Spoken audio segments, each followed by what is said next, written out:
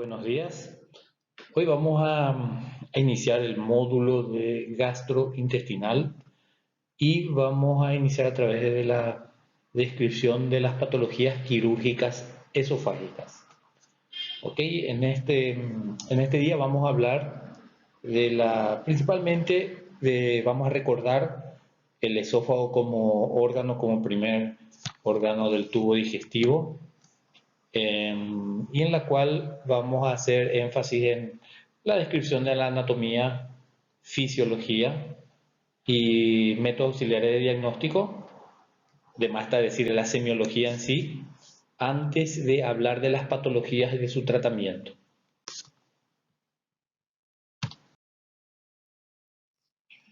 Recordando que el esófago se origina en el cuello como continuación de la orofaringe a nivel de la cervical sexta cervical, hasta unos 3, 4, eventualmente 5 centímetros por debajo del hiato esofágico del diafragma, a nivel obviamente abdominal. Tiene una longitud de unos 27 a 30 centímetros. Esta longitud en sí no es medible y para ello la mejor forma de medición es a través del endoscopio, cuando se realiza una endoscopía digestiva alta, ya que el endoscopio tiene sus medidas cada 5 centímetros y la medición se realiza a través de lo que ahí está escrito desde la ADS, arcada dentaria superior, porque se utiliza todo, no sé si alguna vez ya vieron cómo se realiza una endoscopía. Se coloca una boquilla y en la cual tiene un orificio por la cual entra el endoscopio y el endoscopista introduce a través del mismo y con su elemento de medición. Entonces, al llegar a 40 centímetros aproximadamente, es allí donde se encuentra el esfínter esofágico inferior. ¿Okay? En cuanto a la división en las regiones, 6 centímetros en promedio cervical, 20 centímetros torácico, 3 a 5 centímetros abdominal. En cuanto a algunas estrecheces, si bien es cierto, estas estrecheces son anatómicas, sin mucha repercusión fisiopatológica, sí puede tener si es que hay alguna anormalidad, claro que comenzamos a tener problemas, ¿no? Desde el contexto anatómico, a nivel del esfínter esofágico superior, en la transición con el músculo cricofaríngeo, ¿ok? La segunda estrechez sería el cruce del bronquio principal izquierdo y el callado aórtico a nivel del tórax. Y obviamente, además de decir, el paso del esófago a través del hiato esofágico, el esfínter esofágico inferior, que se encuentra en la transición entre tórax y abdomen. Se encuentra ubicado en el mediastino posterior, delante de la aorta y el bronquio principal izquierdo. Está más o menos la parte media, pero un poquito hacia la izquierda. En cuanto a la irrigación, obviamente depende de la localización. En la región cervical, principalmente por ramas de la tiroidea inferior. ¿Ok? La torácica a través de las ramas de las arterias bronquiales y ramas directas de la arteria aorta, las arterias esofágicas de la aorta. Del abdomen, rama ascendente de la arteria gástrica izquierda, o también llamada coronaria estomáquica, y las arterias frénicas inferiores. ¿Ok? Muy bien, en cuanto a la histología, como todo el tubo digestivo presenta una mucosa interna que se apoya en la submucosa y después vienen las dos capas musculares, circular interna y longitudinal externa. ¿Ok? Ahora bien, aquí abajo ya nos pasamos, no hay capa serosa, el esófago no tiene una capa serosa. La mucosa, volviendo a la parte interna, es de tejido escamoso, estratificado. ¿Ok? Su interna, dijimos que la muscular es circular interna y la externa longitudinal. La musculatura del cuarto superior es esquelética y 3/4 inferior es músculo liso. Esa es obviamente la transición del cricofaringeo con el esófago principalmente. En cuanto a la función, de más está decir de que la única función es transportar el alimento desde la faringe hasta el estómago. ¿Ok? Posterior al acto deglutorio, es decir, en el contexto del acto deglutorio, la lengua posterior se adosa al paladar blando y la faringe se contrae concomitantemente a la relajación. De hecho, tiene que haber primero una contracción o como un cierre para que no pase aire tampoco en ese momento, de tal manera que se pueda relajar el esfínter esofágico superior. ¿Ok? Esto, una vez que se relaje, se genera una onda primaria peristáltica, la cual hace que transporte el bolo para que abajo, cuando llegue al esfínter esofágico inferior, se produzca el ingreso al estómago. Si no se abre el esfínter esofágico inferior, el alimento no va a poder entrar al estómago. Recordando también que siempre posterior al primer movimiento, a la primera onda peristáltica, continúa una segunda fisiológica, de tal manera a aquellos alimentos que han quedado, digamos que no ha sido transportado en su totalidad, esta misma va a vaciar y favorecer el descenso del mismo hacia el estómago. Muy bien, hablando ya de fisiopatología. Alteraciones del esfínter esofágico inferior, ¿ok? Provocan un reflujo gastroesofágico en una superficie epitelial rica en inervación. Entonces, aquí estamos hablando de uno de los problemas del esófago, que es cuando el esfínter esofágico inferior, ¿qué es lo que sucede en el esfínter esofágico inferior? Puede suceder en cuanto a la normalidad, está normalmente cerrado, viene el bolo alimentario, se abre, pasa al estómago, se cierra y terminó. Fisiológicamente esa es su función, ¿ok?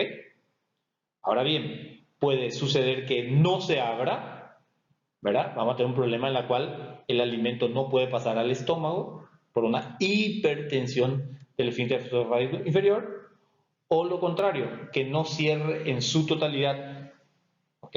Entonces ahí, ¿qué va a suceder? Va a favorecer la salida, el regreso del contenido, o sea, el regreso, digamos, que no es distal, sino es proximal otra vez, del contenido gástrico hacia el esófago, en la cual es una superficie rica en inervación.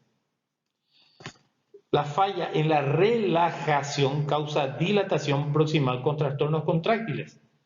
Eso en el sentido de que cuando no se relaja el esfínter esofágico inferior, entonces el músculo intenta en su primera fase vencer el obstáculo produciendo una hipertonía, pero como no se abre, en sus intentos progresivos va a llegar un momento en el cual ya va a haber una dilatación como consecuencia del exceso de hipertensión generada. Esto ya es a largo plazo, estamos hablando. Lo que a su vez puede generar contracciones esofágicas terciarias. ¿Ok? Entonces, en general, aquí estamos hablando de la fisiopatología en cuanto a el problema del esfínter esofágico inferior. A nivel del esfínter esofágico superior, casi no hay problemas, no conocemos problemas, y menos aún de tratamiento quirúrgico. En cambio, sí, en el esfínter, cuando hay problemas en el esfínter esofágico inferior, claro que genera problemas, patologías que van a su vez necesitar el tratamiento quirúrgico, y por eso estamos hablando de ellas. Muy bien, ahora veamos en cuanto a la semiología.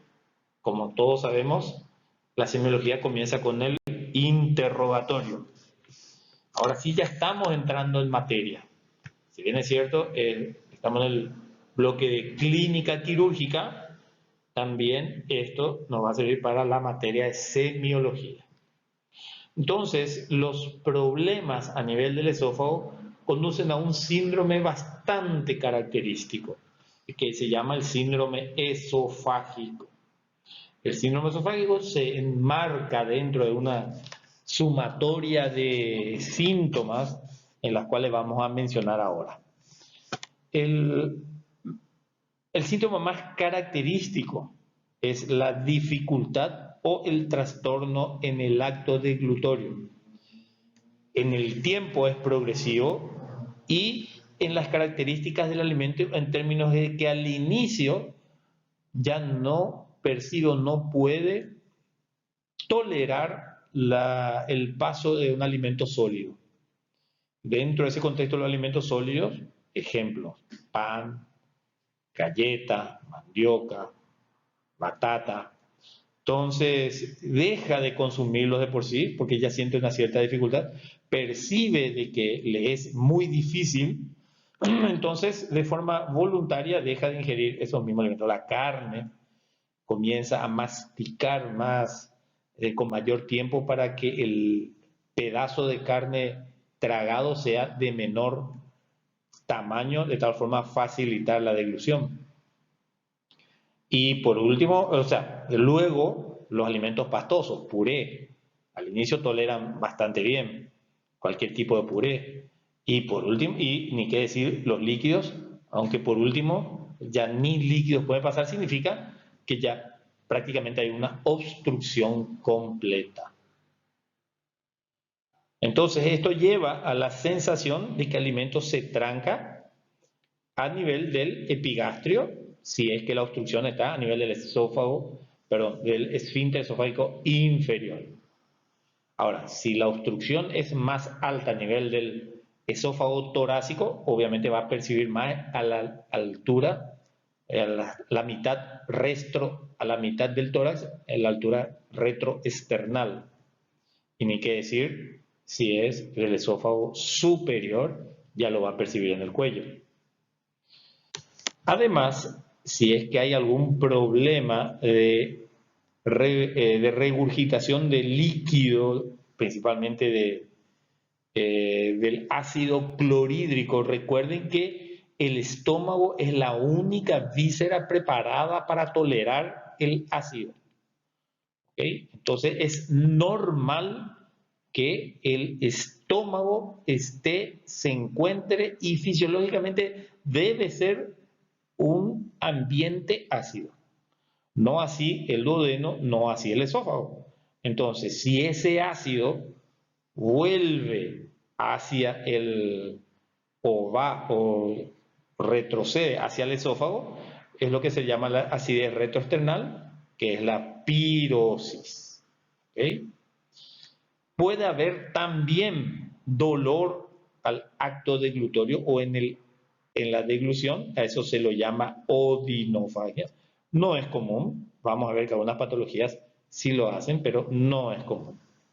Puede haber vómitos de sangre, la hematemesis dentro del contexto de una hemorragia digestiva alta, ¿okay? Cuya razón sea una patología esofágica. Por ejemplo, la más típica, la más común de la patología esofágica son las varices esofágicas. ¿Okay?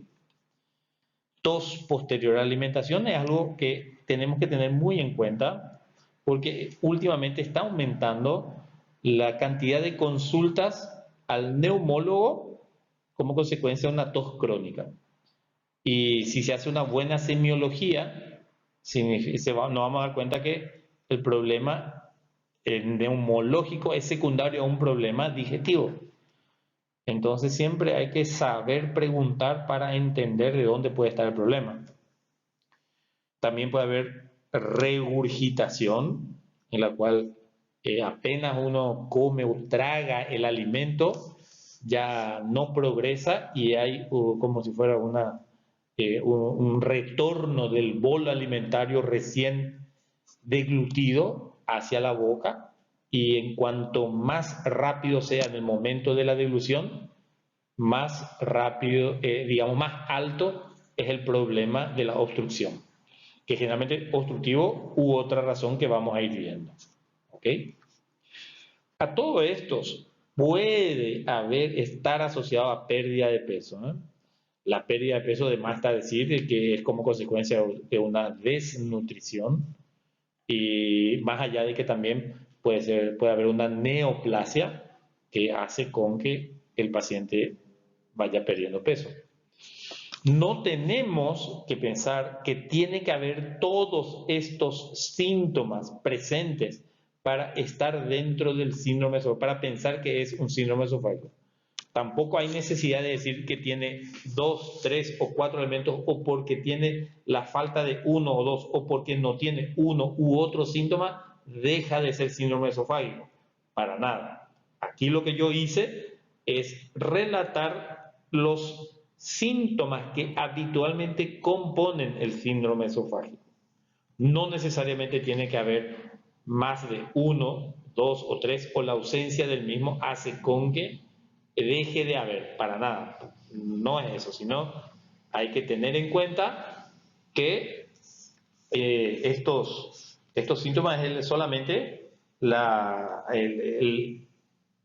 he citado los mismos, que no necesariamente tienen que estar todos juntos. En cuanto a ahora sí, pasamos al examen físico. ¿Okay? El otro fue el interrogatorio. Ahora, ¿qué vamos a encontrar en el examen físico? Como dijimos, el esófago, al transcurrir entre el cuello, tórax y abdomen, puede tener ciertas características. O sea, de hecho, tenemos que buscar, de acuerdo al interrogatorio, nos puede demostrar de que el problema está en el cuello, tórax o abdomen. ¿Ok? ¿Qué vamos a encontrar en la inspección? En cualquiera de esas regiones. Generalmente las patologías no revelan a la inspección nada. Al cuello, el esófago, no vamos a ver nada, menos en el tórax, menos en el abdomen, porque es bastante profundo. A la palpación no se palpa, no vamos a encontrar absolutamente nada normal. A la percusión tampoco, ¿ok? Menos a la auscultación. Entonces, como verán, tanto los elementos de la cual nosotros disponemos para realizar el examen físico, absolutamente no nos va a revelar nada en cuanto al examen físico del esófago. Puede presentar, obviamente, mal estado nutricional, caquexia, disminución importante de a través de pérdida de peso, etcétera, etcétera, todo eso, pero no vamos a encontrar absolutamente nada. Eso es algo bastante característico del síndrome esofágico. Ahora bien, ¿qué métodos auxiliares tenemos? En general tenemos 4 de ellos, de las cuales vamos a hablar, o sea, más que hablar, vamos a mencionar que la endoscopía, hoy en día, la endoscopía digestiva alta es la más común de todas. ¿Ok? Es absolutamente común hoy en día en el país. Hay muchos gastroenterólogos que tienen su propio endoscopio, o los hospitales públicos ya se está realizando bastante, de una forma bastante común en el interior también. ¿Ok? Aunque en algunos centros de bajo, que todavía no se realizan, algunos hospitales, centros de salud, no tienen los especialistas, entonces probablemente sean derivados a hospitales de mayor porte o de referencia. Entonces, la endoscopía digestiva alta hoy en día es lo primero que estamos solicitando ante una eventualidad de de la presencia de alguno de los síntomas del síndrome esofágico. Segundo, que es común antes del advenimiento de la endoscopía, a la radiografía contrastada o del esófago, obviamente, se llama esofagograma, ¿ok? Era extremadamente común. Hoy en día, digamos que fue no diría desplazada, pero no es más hoy en día lo primero que se solicita, sino es la segunda opción. Además que si vamos a solicitar, podríamos solicitar, de hecho, la concomitancia o el informe que podrían dar ambos estudios se suman, no es que uno es mejor que el otro, para nada. Entendiendo también que la endoscopia digestiva alta, además de ser un estudio que nos puede permitir llegar al diagnóstico, al mismo tiempo ofrecer un tratamiento. Esa es la gran ventaja también, más allá de las biopsias que también se pueden obtener. ¿Ok? Entonces, estos dos estudios son los más comunes que se realizan. Después está la manometría esofágica, que vamos a hablar un poquito ahora, y la pH-metría esofágica. Me detuve porque como esto no es común solicitar solamente en algunos casos y es más de especialidad del gastroenterólogo clínico.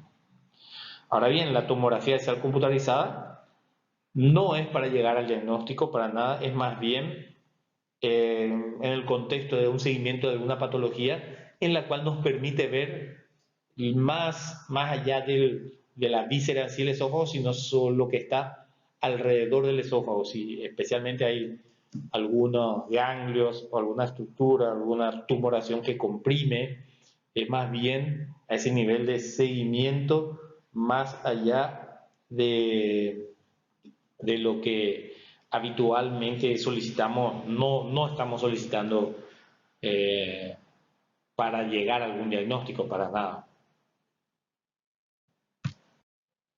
Como dijimos, íbamos a hablar primero de la manometría esofágica.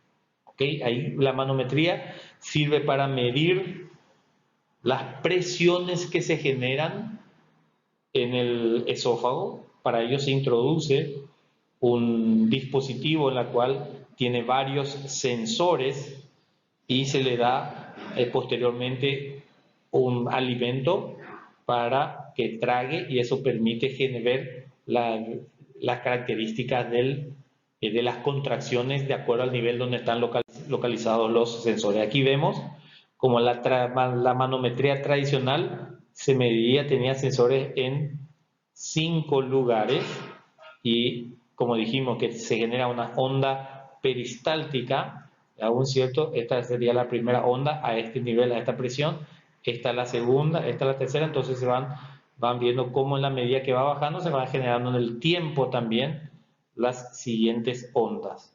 ¿Ok? En cambio, hoy en día la manometría de alta resolución, hay 36 lugares de medición de las presiones. Esto ya va anexado a un software que este software permite la identificación mucho más exacta de la localización, e inclusive la medición de la presión en sí y el tiempo transcurrido entre el inicio de las presiones y la llegada de la onda peristáltica al esfínter esofágico inferior. ¿Okay? Aquí vemos cómo estas son las mediciones de las distintas localizaciones donde están los sensores en un sensor de alta resolución. ¿Okay? En el país hay un solo colega que dispone de este estudio, creo que en otras ciudades también ya están haciendo, no estoy seguro, pero es importante saber en los casos, principalmente cuándo vamos a hacerlo, cuando hay la hipótesis de que el problema esté en que el esfínter esofágico inferior no se contrae y motivo por el cual hay un aumento de las contracciones, la hipertensión de las contracciones generadas para intentar vencer el obstáculo y eventualmente también se pueden generar algunas contracciones anormales que serían una tercera contracción anormal como consecuencia del desbalance que se produce posterior a la segunda contracción que no consigue vencer el obstáculo para que pueda ir el bolo alimentario del esófago al estómago. El otro estudio es la pH-metría, es medir la acidez esofágica. ¿Okay? Para eso también se lo coloca una sonda que lleva el dispositivo. Esto sí, se le deja a nivel del esfínter esofágico inferior, lleva a su casa. La persona en promedio 24 horas, 48 horas, en promedio 24 horas es suficiente, y se analiza en el tiempo cuántas veces ha habido, la cantidad de veces que ha habido reflujo desde el esófago, perdón, desde el estómago al esófago. ¿Ok? Aquí vemos en color oscuro. ¿Ok? Además, también puede medir hasta dónde sube, si el esófago distal o también va subiendo hasta el esófago medio. Allí ven, se ven esto también, esta información es la que provee, vamos a volver atrás, el dispositivo que se encuentra, digamos, consigo, además de la sonda, y esta lectura se hace posterior a la entrega del mismo y a la retirada de la sonda. Hasta aquí lo que hicimos es hablar en general del esófago, y ahora sí comenzamos a hablar de patologías esofágicas, de las cuales la primera de la que hoy vamos a hablar en esta clase son de los divertículos esofágicos. ¿Ok?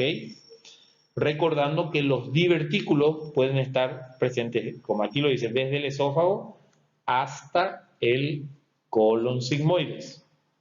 No solemos encontrar divertículos en el recto.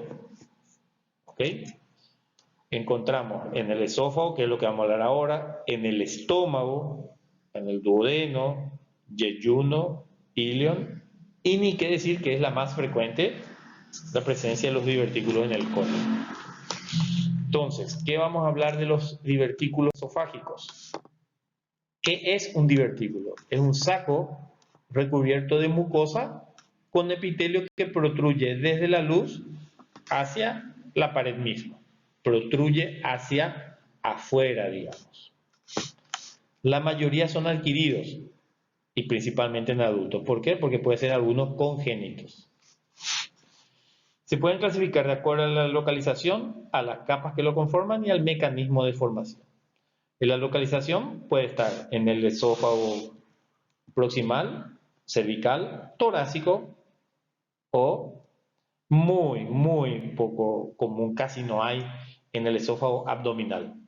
En el esófago torácico, sí, a nivel medio o a nivel, digamos, prehiatal, o sea, a nivel prácticamente del hiato esofágico.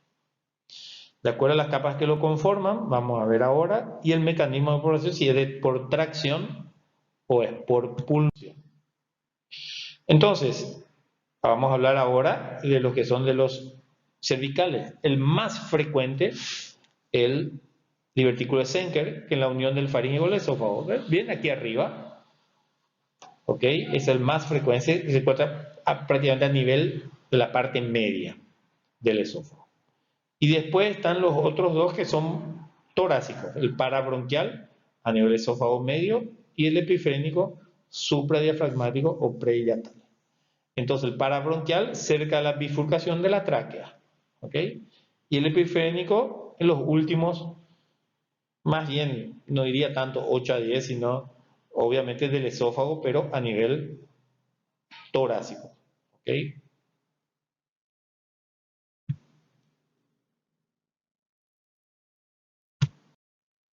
En cuanto a las capas que lo forman, puede ser un divertículo verdadero o un divertículo falso.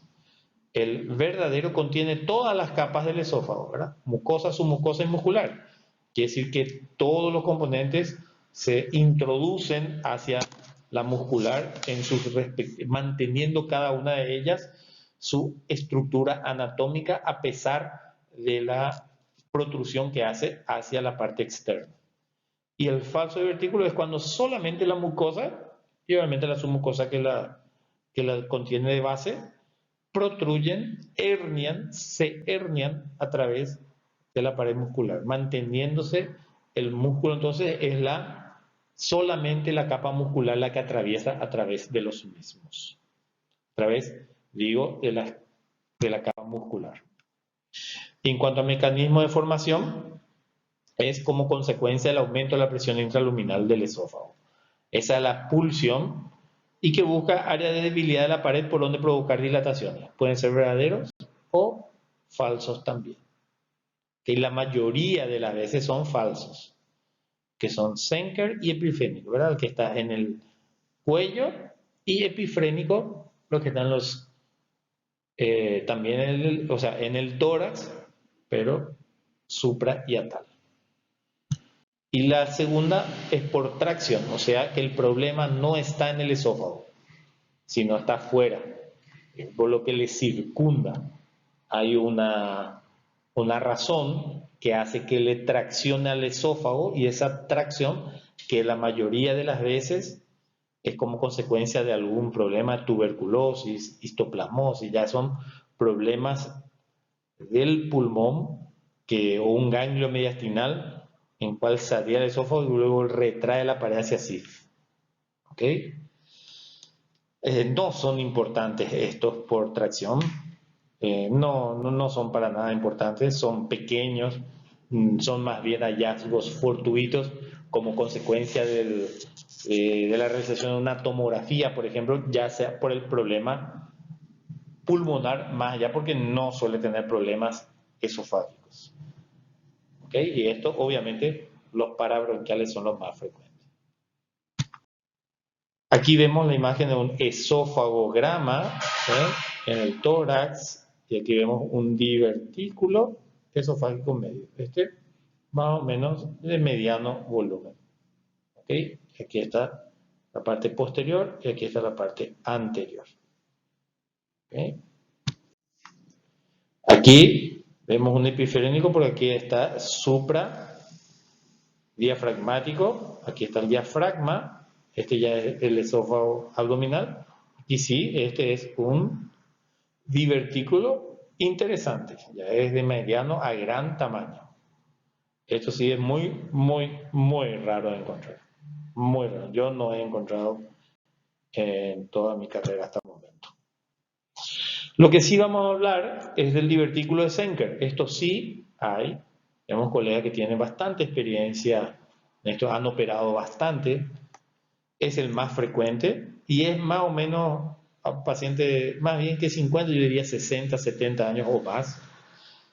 Aparece por encima del músculo constrictor de la faringe, entre las fibras musculares oblicuas, los oblicuos tirofaringeos y la horizontal cricofaringeo. Y es un área de debilidad, punto. O sea, como dijimos previamente, son divertículos que se encuentran, el divertículo que se encuentra en el cuello y bien arriba en la transición entre los músculos esqueléticos y el músculo liso. Como dijimos previamente, es por pulsión y es falso porque solamente tiene la capa mucosa.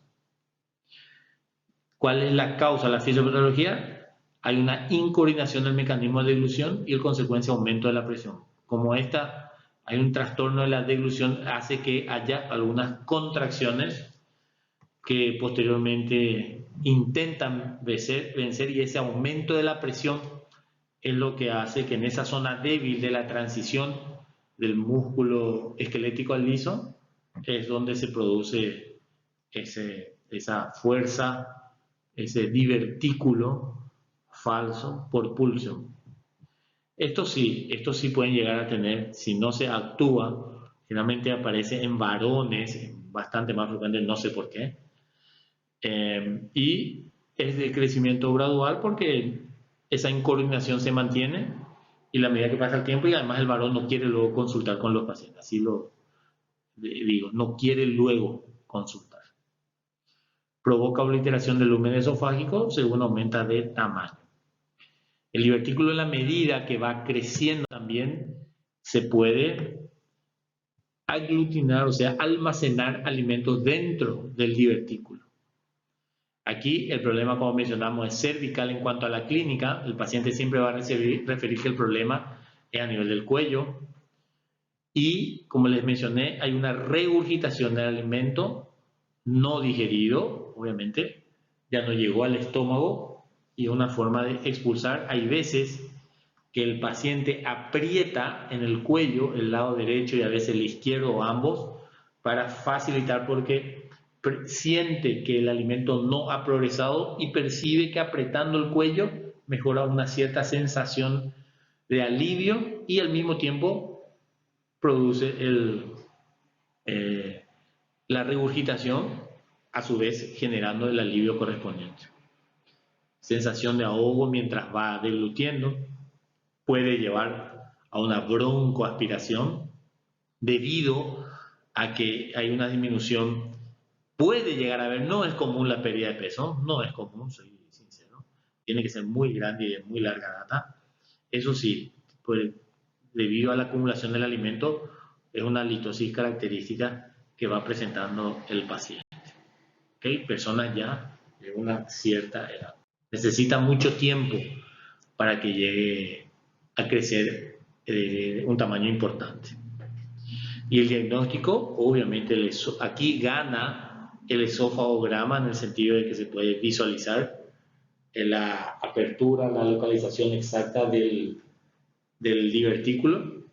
Y la endoscopía digestiva alta también, obviamente, va a visualizar y va a permitir también al mismo tiempo verificar de que no hay otro problema. El tratamiento, entonces, ¿qué vamos a hacer una vez hecho el diagnóstico? Y el tratamiento de la resección del divertículo, eso se llama diverticulectomía. ¿Ok? No hay ningún medicamento que haga, pero que haga aliviar, que haga mejorar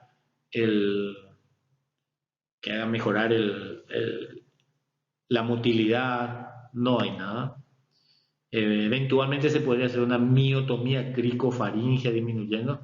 Esto sí se hace en el contexto de la recesión del divertículo, es correcto, una miotomía cricofaringea, pero esto es concomitante a la resección del divertículo. Aquí vemos, ¿ven? Este es el orificio diverticular, aquí el esófago bien alto, la transición faringe y este es el divertículo. Este de Killian-Jamison, esto no es común, es más, aparece nomás en algunos ítems. ¿Okay? Aquí están los divertículos epifrénicos, aquí están los divertículos a nivel de la por tracción. Ven como aquí el problema está afuera y le tracciona, lleva por fibrosis a esa altura. Y aquí están los divertículos